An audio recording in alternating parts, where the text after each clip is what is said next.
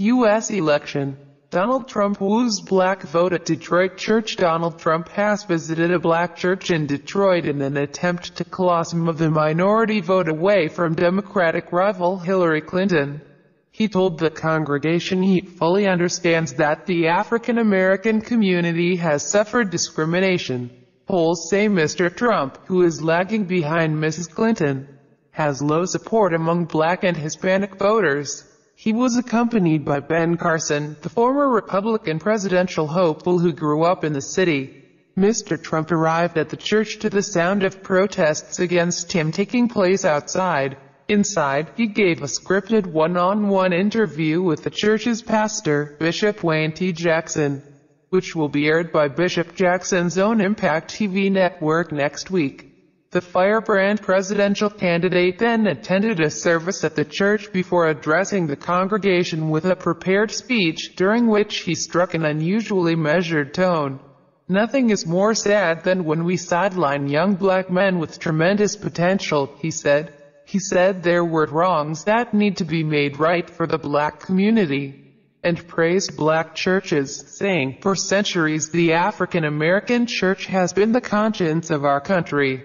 He pledged to revive Detroit, which has fallen behind economically since the decline of its once dominant car industry, promising new roads and bridges everywhere. In his interview with Bishop Jackson, Mr. Trump answered a set of pre-approved questions with replies prepared by his campaign staff and the Republican National Committee, the New York Times reported.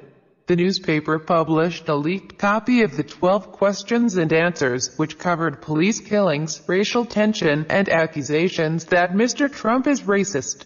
Mr. Trump did not initially intend to address the congregation, the Times said, but a spokesman for his campaign later said plans had changed to incorporate a 5 to 10 minute scripted address.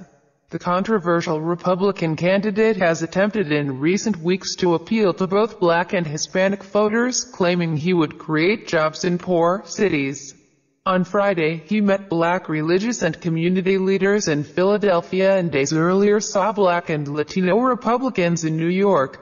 But months of hardline rhetoric on immigration and social issues have done little to endear Mr. Trump to minority groups, and he has been criticized by some for addressing black issues in front of largely white audiences, and for making critical statements about black communities.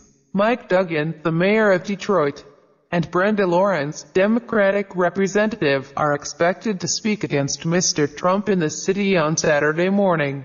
Earlier in the week, Mr. Trump met Enrique Peña Nieto, the president of Mexico. Speaking in Mexico, he praised Mexican immigrants to the U.S., some of whom he had earlier in the campaign accused of being criminals and rapists. But later the same day, in a fiery speech in Arizona, Mr. Trump struck a hardline stance on immigration and insisted again he would force Mexico to pay for a wall between the two countries.